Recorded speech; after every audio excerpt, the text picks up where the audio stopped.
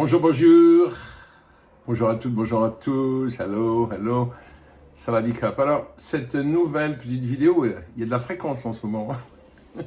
Non, mais parce que je fais des trucs en fait qui ont un petit peu de rapport avec la Thaïlande. Donc voilà, si ça peut vous aider à vous informer, ben, c'est parfait. Donc aujourd'hui, petit point sur les visas, mais surtout en fait sur mon visa. Alors, je vais vous expliquer pourquoi cette fois-ci, bon, je pars 2 mois, pourquoi j'ai décidé de prendre un visa pour de multiples raisons et quel visa j'ai décidé de prendre. Et puis après, ben, je vous parle, comme je vous parlais de ce que j'ai à faire en Thaïlande, je vous parlerai aussi un petit peu de la manière dont je vais m'y prendre. Voilà. Alors, pourquoi est-ce que j'ai décidé de prendre un visa? Alors, ma situation, donc là, je pars 2 mois. J'ai déjà passé, mine de rien, 119 jours en Thaïlande. Enfin, j'aurais passé, pardon, 119 jours en Thaïlande avec les 60 jours que je vais y passer là. Voilà. Alors, je suis déjà rentré 2 fois dans le royaume avec des exemptions au cours de cette année civile. Bon, normalement, j'aurais pu rentrer, je pense, une 3e fois en exemption. Bah parce que moi, je fais du tourisme. En fait, même si je prépare mon expatriation, bah, ça ressemble à du tourisme. C'est-à-dire que je suis pas du tout quelqu'un qui, pour l'instant, se servirait d'exemption de visa pour rester dans le pays le plus longtemps possible. Mon activité, elle est très simple. Je viens, je reste 2 mois, je rentre chez moi, je reste en France en général 2, 3, 4 mois et je reviens. Voilà. Là, la fréquence est peut-être un petit peu plus importante, mais parce que le temps de l'exemption se rapproche. Bref, j'ai pas voulu prendre de risques et je me suis dit, autant prendre un visa, c'est plus simple et ça peut éviter, je sais pas, d'avoir à s'expliquer à l'aéroport. Vous savez qu'en Thaïlande, il y a la loi et puis il y a l'appréciation des officiers qui vont vous recevoir à l'immigration. Voilà. C'est pas la peine, même si les risques sont infimes, mais c'est pas la peine d'en prendre, donc visa. Alors, du coup, quel visa? Eh ben, le visa, moi, je l'ai choisi en fonction de mes objectifs pour ce prochain voyage. Et j'ai décidé de demander un visa O. Voilà, alors je vous précise que pour le visa O, je ne suis passé par absolument aucune agence de visa, aucun programme d'accompagnement. Voilà, c'est quelque chose de facile à faire par soi-même à partir du moment, évidemment, où on y consacre un peu de temps. Si vous voulez rien faire, bon, bah, allez-y, faites-vous conseiller, mais est-ce que le conseil sera bon? Est-ce que ça va vous coûter de l'argent? Voilà, moi, j'ai fait ça tout seul. Je vais vous expliquer comment, parce que c'est vraiment très simple. Donc déjà, quel visa? Alors, j'ai choisi un visa O, bien parce que alors, le visa O, c'est un visa de 3 mois. Et puis, alors, surtout, en fait, j'ai l'intention d'ouvrir un compte en banque en Thaïlande, ce que je ne pourrais pas, je vous expliquerai comment après, mais ce que je ne pourrais pas faire, par exemple, avec un visa touriste. Voilà. Donc, avec le visa O, par contre, ça devrait être possible. Et c'est d'ailleurs une démarche pour laquelle j'ai décidé de me faire accompagner, a priori d'ailleurs plutôt par un cabinet d'avocats. Voilà. Je vous expliquerai pourquoi. Alors, ça coûte de l'argent, évidemment, vous allez me dire. Mais bon, si on a cet argent, bah, ça évite quand même pas mal de soucis, ça accélère les démarches. Voilà. Alors, le visa O. Alors, donc, le visa O, comme vous le savez, ou peut-être pas, n'est-ce pas? Donc, c'est un visa. Excusez-moi, je regarde là parce que je lis en même temps le descriptif de l'ambassade de Thaïlande. Donc, le visa O ne permet pas de travailler et donne le droit de rester en Thaïlande pour un séjour de 90 jours. Alors, c'est un visa qui ne donne droit qu'à une seule entrée sur le territoire thaïlandais. Si vous voulez en fait, si vous restez moins de 90 jours, comme moi par exemple, si vous restez 2 mois, vous pouvez évidemment aller à l'immigration une fois en Thaïlande et demander un re-entry permit. C'est-à-dire que le mois restant, eh ben, vous le retrouverez quand vous re-rentrerez en Thaïlande, après être rentré chez vous. Mais enfin, très honnêtement, d'abord, moi, récupérer un mois pour mon prochain voyage, ça m'intéresse pas beaucoup parce que je reste en général plus d'un mois. Il faut en plus se traîner à l'immigration, ce qui est quand même toujours... c'est du temps, c'est pas toujours simple, voilà. Donc, je vais faire une chose très simple, je vais rester 2 mois avec ce visa O. Je ne vais pas demander de re-entry, ce qui veut dire qu'en rentrant en France, eh bien, je vais perdre mon visa et j'en redemanderai un autre, toujours un visa O, la prochaine fois que je viendrai. Ça devrait se situer à peu près en novembre, décembre. Alors d'ailleurs, à ce propos, pour des raisons principalement fiscales, il faut que je fasse attention parce que à la fin de mon prochain séjour, là, donc de 2 mois, je vais atteindre 119 jours en Thaïlande. Et vous savez que la limite est de 180 jours.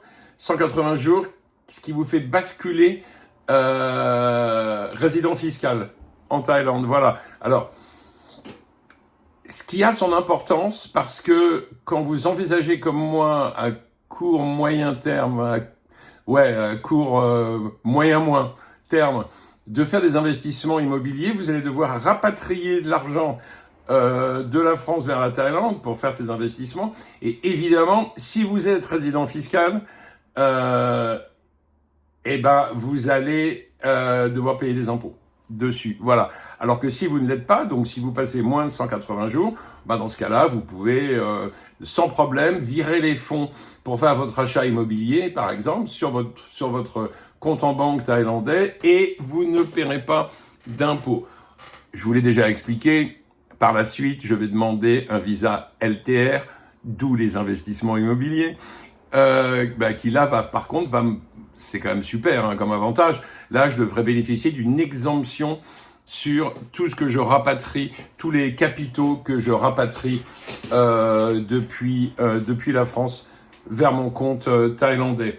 Alors, pour finir la description de ce visa non-émigrant O, donc, comme je vous l'ai dit, donc toute sortie du territoire entraîne l'annulation du visa et requiert une nouvelle demande de délivrance pour pénétrer à nouveau sur le territoire thaïlandais, sauf si vous avez demandé ce fameux re-entry permit. Mais franchement, ça vaut pas le coup. Voilà.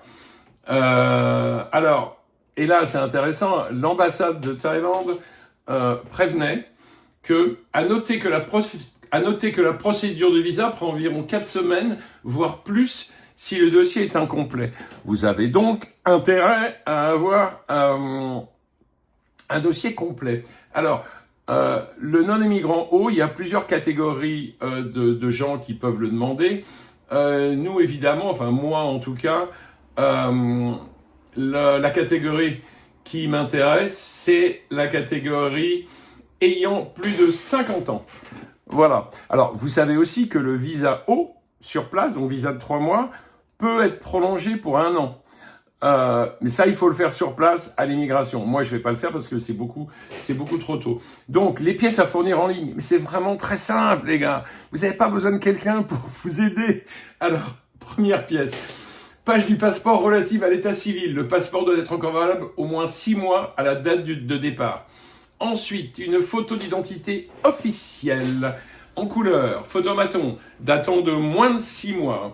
Ensuite, justificatif de domicile en France datant de moins de 3 mois pour les passeports européens, facture d'électricité, de téléphone portable, d'accès à Internet, etc. Et titre de séjour si vous n'êtes pas ressortissant européen. Voilà. Et puis ensuite, la fameuse preuve de revenu mensuel, donc attestation de retraite, moi c'est ce que j'ai fourni, bulletin de paye, pour l'instant j'en ai plus, d'au moins 2000 euros, par mois, voilà, ou un relevé bancaire officiel d'un solde créditeur de 24 000 euros, donc pour un demandeur, et ça doit surtout provenir d'un compte non bloqué, évidemment. Et ce solde créditeur de 24 000 euros doit apparaître au cours des 3 derniers mois. Alors j'imagine que ça, c'est une condition. Il n'y a pas beaucoup de gens en fait qui sont dans ce cas-là, c'est-à-dire qui pendant 3 mois d'affilée ont 24 000 euros sur leur compte. Voilà, si vous les avez, tant mieux. Voilà, moi en tout cas, j'ai fourni mes attestations de retraite et ça n'a posé aucun problème. Les frais de visa sont de 70 euros que vous payez tout de suite et qui ne sont pas remboursables. C'est-à-dire que même s'il y a un refus de visa, on ne vous rembourse pas les 70 euros. Bref, c'est extrêmement simple. Le passeport, je l'avais. La photo d'identité, je l'ai faite au photomaton à côté de chez moi, à la gare du RER de Nogent-le-Péreux, RER-E. Voilà, le justificatif de domicile, j'ai téléchargé ma dernière note d'électricité, voilà, que je leur ai fournie, et puis j'ai téléchargé mes attestations de retraite, annuelles et mensuelles, je leur ai tout fourni. Voilà, j'ai payé par carte bancaire. Eh bien, la bonne nouvelle, c'est que bien que l'ambassade de Thaïlande annonce 3 ou 4 semaines de délai, voire plus, en fait, moi, ça a pris 2 semaines. Et mon visa, je l'ai en poche. Voilà, donc bon. Alors j'avais un peu prévu mon départ en calculant ces 4 semaines. Là, c'est 2, j'aurais pu partir avant, mais c'est trop tard, donc je vais rien changer. Je vais patienter. Voilà. Alors, qu'est-ce que rien. En fait, voilà, j'ai mon visa O, je suis très content, donc je devrais normalement pouvoir ouvrir un compte bancaire à mon arrivée en Thaïlande. Alors tout ça, en fait, c'est des détails, enfin les détails du compte bancaire, c'est-à-dire quelle banque, quelle domiciliation, quel papier à fournir. Tout ça, en fait, c'est des détails que je vais éclaircir. C'est pas des détails d'ailleurs, c'est important. Je vais éclaircir ça lors d'un meeting que j'ai déjà prévu, meeting que je vais faire avec le fameux Can, de Siam Expat, mais on va les faire dans les locaux de Benoît & Partners, qui est un cabinet d'avocats réputé à Bangkok. Voilà, ça me fera une petite balade d'y aller. Donc on a déjà pris le rendez-vous et j'ai une série de questions que je leur pose à l'avance, comme ça, ils pourront préparer les réponses. Mais en tout cas, eux, ils vont m'aider. Déjà, ils vont m'expliquer la procédure et m'aider pour l'ouverture du compte en banque. J'ai choisi pour l'instant comme ça la Bangkok Bank, mais bon, je sais pas, j'écouterai leurs conseils, bien évidemment. Surtout, vous imaginez bien que là, cet accompagnement, il est extrêmement sérieux et il est aussi payant. C'est genre, je sais plus ce que c'est, ils m'ont donné les prix. Il me semble que pour l'ouverture du compte, c'est 5000 bahts, je crois. Mais l'avantage du truc, c'est que j'ai pas grand chose à faire. C'est-à-dire que c'est eux qui s'occupent de la paperasse, c'est eux qui s'occupent des contacts avec la banque. Moi, j'ai juste à aller, j'imagine, à un rendez-vous physique pour signer des papiers ou je sais pas trop quoi avec eux. Voilà, mais tout ça est extrêmement simple. Voilà, on verra, puisque moi, comme je vous l'avais dit, en fait, moi, je vais passer juste 6 jours à Bangkok, faire ce petit rendez-vous avec eux où j'ai plein de questions à leur poser. Et puis après, je file à Phuket, où je vais passer 1 semaine dans le condo que j'ai acheté il y a quelques temps, pas en freehold, en leasehold. Comme ça, au moins, j'aurais passé un peu de temps, quoi, pour voir comment ça se passe. En plus, c'est un endroit très agréable, donc voilà. Et puis de Phuket, on retournera à Bangkok directement et on finira sur Hua Hin où on va rester 1 mois et demi. Parce que oui, Hua Hin, bien que je n'y sois pas encore, vous voyez de quoi je parle. Mais j'ai toujours 65 ans par contre, hein. Ça oui. En fait, on fait un peu on a envie d'y aller, on a envie de voir si on a envie de vivre là. Honnêtement, les signaux pour Hua Hin sont au vert, hein, vraiment. Hein. J'ai encore vu une vidéo il n'y a pas longtemps qui comparait Hua Hin à Pattaya. C'est intéressant parce que c'est 2 villes qui ont des coûts de la vie à peu près similaires, même si Hua Hin est un tout petit peu moins cher parce qu'un petit peu plus loin de Bangkok, moins festif, moins touristique, etc. Mais en tout cas, c'était une vidéo intéressante parce que moi, ça m'a vraiment confirmé que Pattaya, certainement pas, et que Wahine, ouais, ça a vraiment l'air cool, quoi. Enfin, en tout cas, pour notre profil. Voilà. Donc, ouverture de compte avec les avocats et Cannes et Siam Expat. Et puis après, j'ai aussi d'autres questions, évidemment, à leur poser. Et notamment concernant l'obtention du visa LTR pour l'avenir. Alors là, c'est vraiment intéressant parce que alors ça reste à vérifier, mais ils m'ont confirmé. Moi, pour le visa LTR, je vais être dans la catégorie Wealthy Pensioners, c'est-à-dire retraité aisé. Wealthy, ça veut dire aisé, hein, ça ne veut pas dire riche. Aisé. Donc vous connaissez, oui, peut-être, vous connaissez les conditions, c'est soit avoir 80 000 $ par an de revenus, ça n'est pas mon cas, ou sinon, si vous avez au moins 40 000, moi j'ai plus, mais pas 80 000, eh ben, il faut faire à côté de ça 250 000 $ d'investissement en Thaïlande. Alors, investissement immobilier, ce qui de toute façon, moi, ça correspond à mon projet. De toute façon, j'avais décidé de faire des investissements immobiliers pour avoir,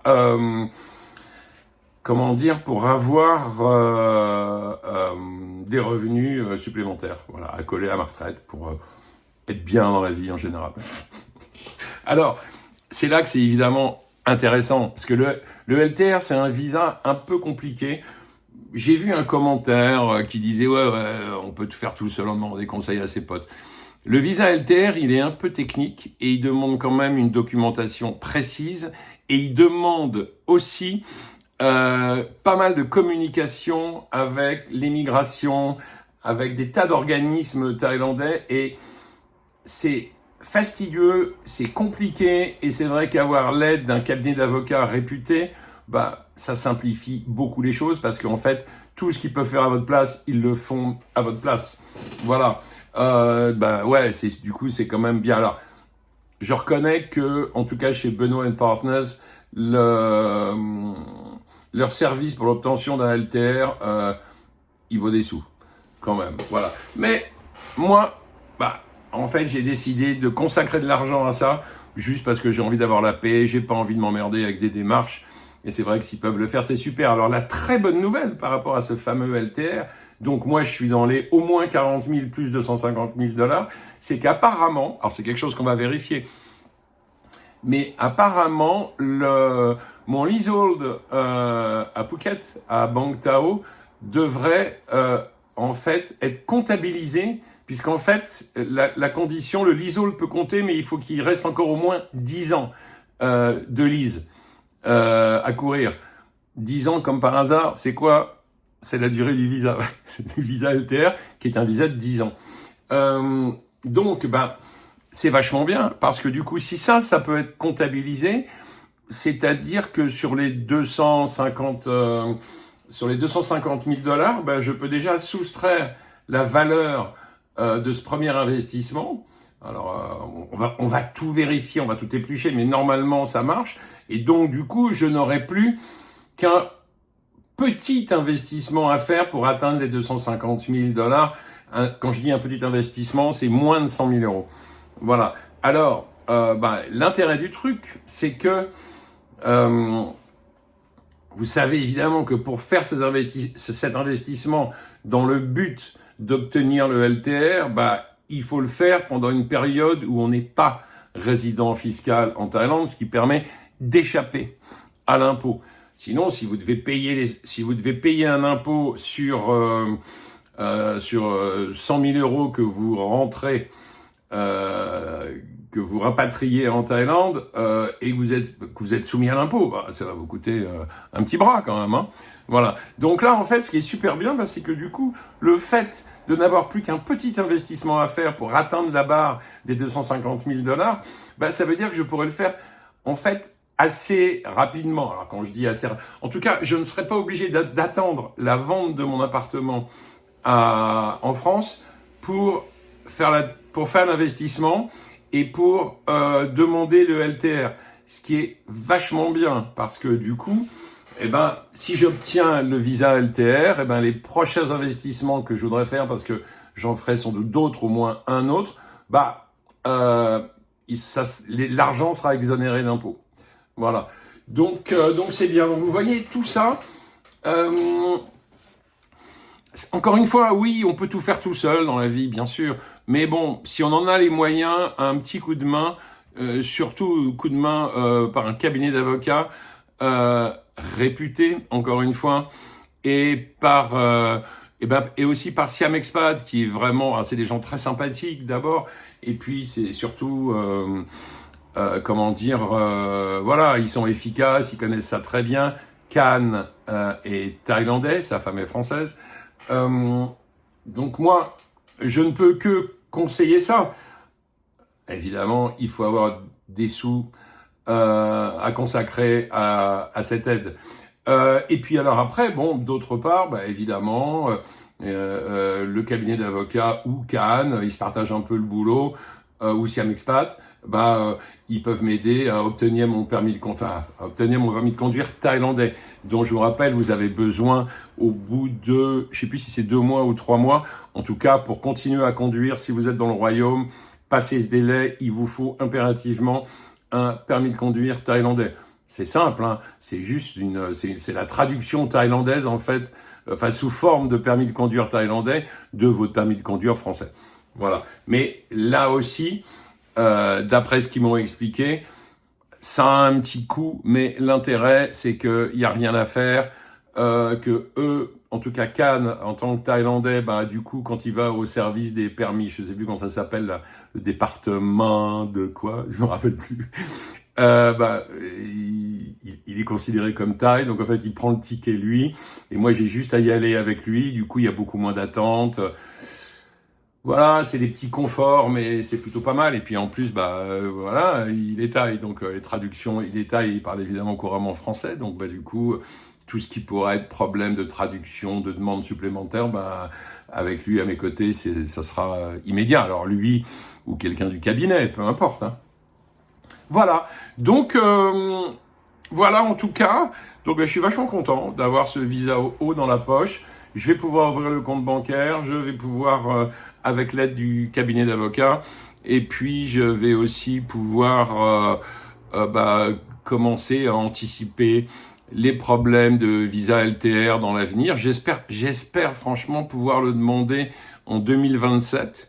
Voilà, et comme je compte vendre, et j'espère l'avoir dans le courant 2027, ce qui veut dire que comme je compte vendre mon appartement fin 2027, mon appartement en France, du coup, tout l'argent de cette vente que je pourrais rapatrier en Thaïlande, il sera exonéré d'impôts, vu que c'est un des gros avantages du fameux visa LTR.